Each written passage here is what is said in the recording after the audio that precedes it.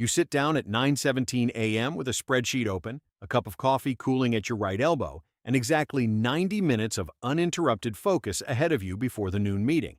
The person 3 desks to your left is on a video call about a vendor relationship you don't work with. The person 2 desks behind you is eating something that sounds like ceramic against ceramic. And somewhere in the middle distance, a phone rings 6 times before someone finally picks it up. This is normal. This is the modern office. This is the environment that corporations told you would make you more collaborative, more creative, more connected. But here's what nobody talks about. Every single one of those ambient sounds, the phone ring, the vendor call, the crunching, is triggering a biological stress response in your body that was designed for predators, not colleagues. Your brain, operating on millions of years of evolutionary hardware, cannot distinguish between the sound of an approaching hyena and the sound of a coworker's voice floating across an unoccupied aisle. Your nervous system treats both as a territorial intrusion, and your body pays the price in cortisol, in reduced working memory, in a cognitive deficit that compounds hour after hour until you leave the building feeling like you accomplished nothing but still somehow exhausted. You've seen the first layer of the trap, but most people stop here and think they've understood the whole thing. They haven't. Stay with me, because the next piece of evidence is the one your boss never wants you to hear. And if you're starting to wonder whether that feeling of being drained by noon has a name you never learned, drop the word intrusion in the comments. Subscribe to make sure you don't miss what comes next, because we're about to dismantle the system that built this cage, and you'll want the full blueprint. Because to understand why the open office is failing you, you have to understand why it was built in the first place. And the answer is stranger than any collaboration myth the HR department ever sold you. The story begins in 1968, in a design lab in Michigan, where a furniture designer named Robert Probst filed a patent for something he called the Action Office. Probst was not designing for collaboration. He was designing for autonomy. His original concept was a system of modular, movable walls that workers could reconfigure themselves, a physical expression of the idea that knowledge workers needed control over their environment to do their best thinking. The Action Office was supposed to let you choose when you wanted privacy and when you wanted exposure. It was not an open plan. It was a customizable territory. But Herman Miller, the company that manufactured Probst's design, realized something that changed the trajectory of office furniture forever. Selling the full Action Office system, the walls, the panels, the desks, the shelving, was profitable. But selling just the desks, the so-called Action Office 2, was even more profitable per square foot because you could pack twice as many workers into half the space. The walls were optional, and the company that could eliminate the walls could sell density as collaboration. This is the pivot that broke the modern workplace. The open office was never a design philosophy. It was a real estate optimization strategy dressed up as behavioral science. When Herman Miller launched Action Office de Sectu in 1970, they marketed it not as a tool for focus, but as a tool for flexibility, a word that in corporate translation means we can rearrange you without asking. By 1975, Action Office Stepware 2 had sold over 1 million units worldwide. The cubicle had arrived, but the cubicle still had walls. It was in the 1980s that the walls started coming down, first to 3 feet, then to 18 inches, then to nothing at all. And with each removal, something happened that the designers did not predict. The workers started getting sicker, not metaphorically, measurably, epidemiologically, with hard numbers.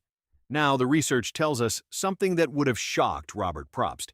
A landmark 2013 study published in the Journal of Environmental Psychology, led by researcher Jun-Ki Kim, surveyed 1,018 employees across 5 multinational firms and found that open-plan workers reported 15% lower job satisfaction than their private office counterparts. Not a small difference, a statistically rigorous decline that held across industries, across job types, across countries. The more open the space, the less satisfied the worker. The more exposed the desk, the lower the self-rated performance. And then the stress measurements started coming in. A 2018 study in Building an Environment by Anina Happakangas and her research team measured noise levels and stress markers in 30 open-plan offices across Finland. They found that workers who reported high noise annoyance had a 12% increase in self-reported stress, not during loud moments, but as a baseline. The noise was not a temporary irritant. It was a persistent metabolic cost. But here's the part that changes everything. The stress didn't stop when the noise stopped. Hoppekangis's team found that open-plan workers had elevated cortisol levels even on weekends, suggesting that the environment was not just annoying but was reprogramming the body's stress regulation system. The open office wasn't just a distraction, it was a chronic physiological burden. And that's when the research gets strange, because the studies started to show something counterintuitive.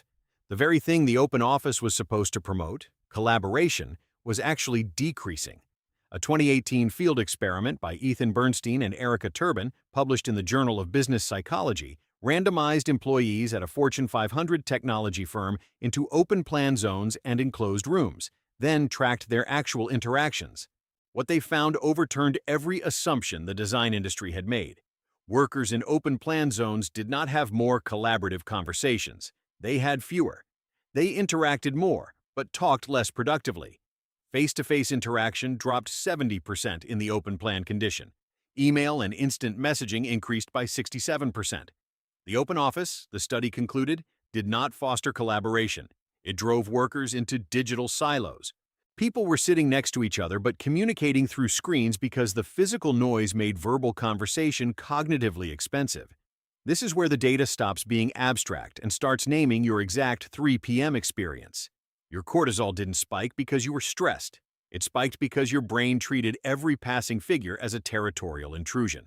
And that's just the beginning. The evolutionary psychology here is brutal. Humans evolved in environments with clear perimeters and predictable sensory input. Your peripheral vision is wired to detect motion at the edge of your awareness, to categorize it as threat or non-threat. In an open office, that system never turns off. Every figure passing behind you triggers a micro-orientation. Every voice in your auditory field demands processing. The brain cannot selectively ignore a voice that carries semantic content. The language centers automatically attempt to decode it, consuming bandwidth that should be available for your own thinking.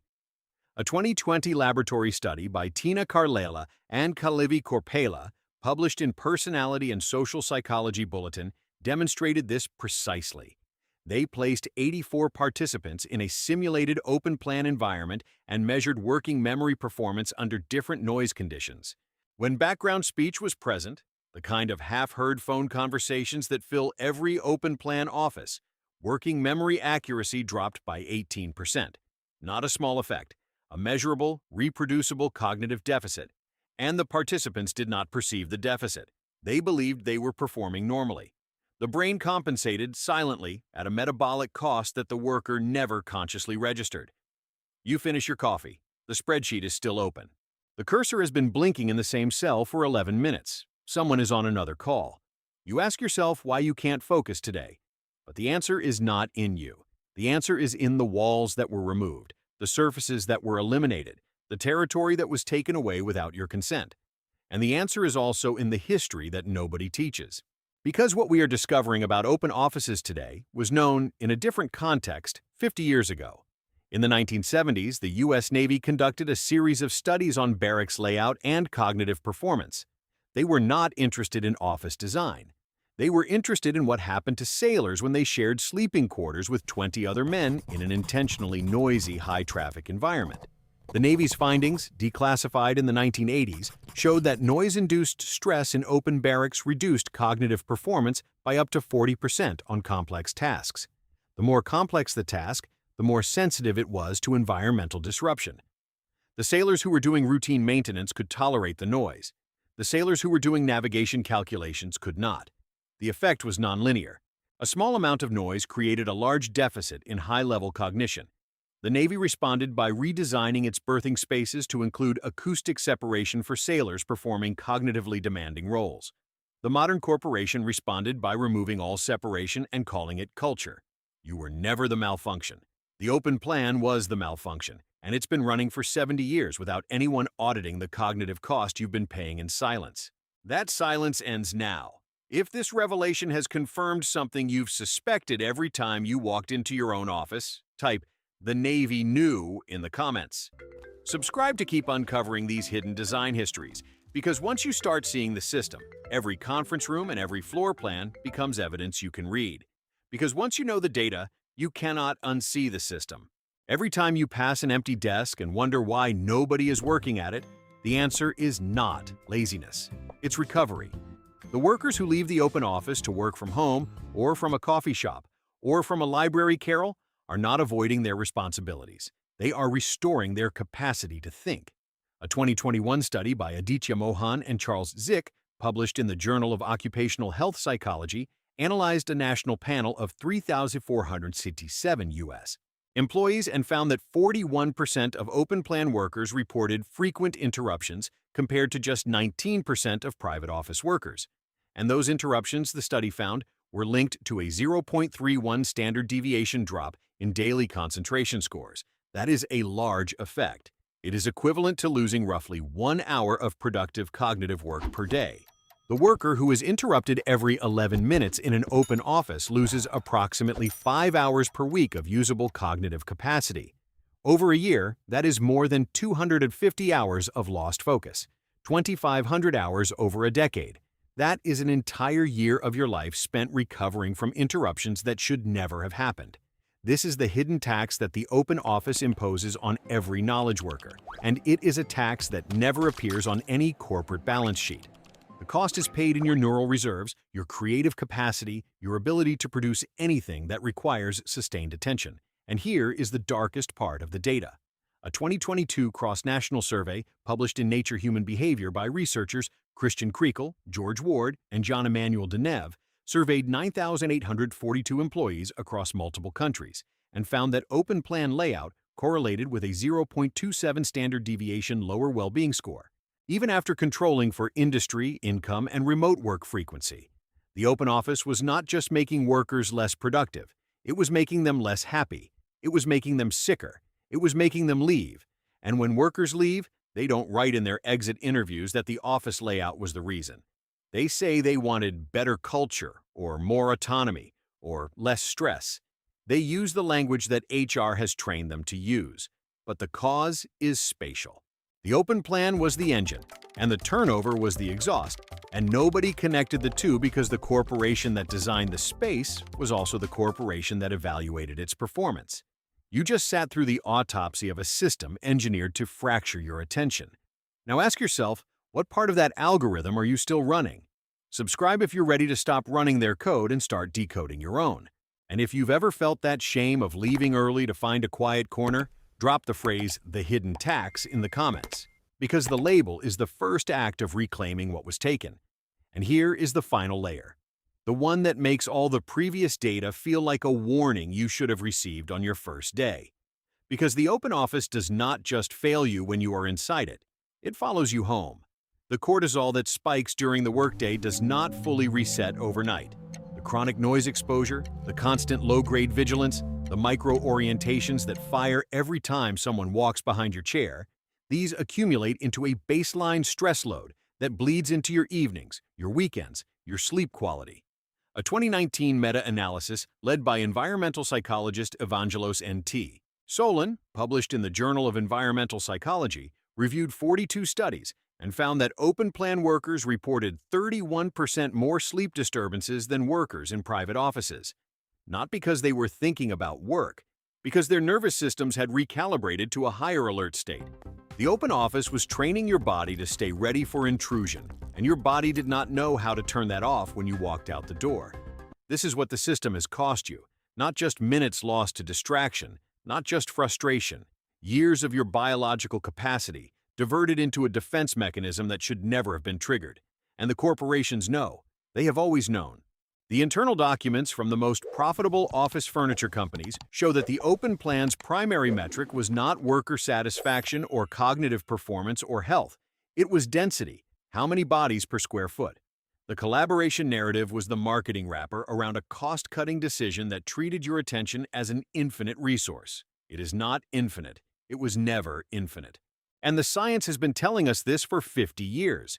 So the question that remains is not whether the open office is broken. The evidence is settled. The question is what you do with the knowledge that you were never the failure in this system. You were the one paying a tax you never agreed to. That awareness is the beginning of something. It is the end of blaming yourself for the fatigue that is not your fault. And it is the start of recognizing every office layout, every policy, every furniture decision as a choice that either respects your cognitive limits or exploits them. Choose accordingly. Your attention was never theirs to take. You take a deep breath. You look around the office. The person who was crunching is now on a phone call. The phone rings again. The fluorescent lights hum. None of this will change tomorrow. But something has shifted in you. You have the language now. You know that the noise is not a personal failing, that the exhaustion has a name, that the guilt of wanting silence is not antisocial, but biological. That is the only weapon the system left you, the knowledge that it was designed against you. And that knowledge, once you hold it, becomes impossible to forget. The next time someone tells you that the open office fosters collaboration, you will not argue. You will simply look around at the empty desks, the silenced faces, the workers who left early to find a place where the thinking is actually possible. And you will know that the data is on your side. Your attention was never a cost they were allowed to extract, and it never will be again. And it never will be. Because here is the truth that no study can quantify and no furniture memo can bury. The moment you recognize the open office as a cognitive extraction system, you stop being its victim.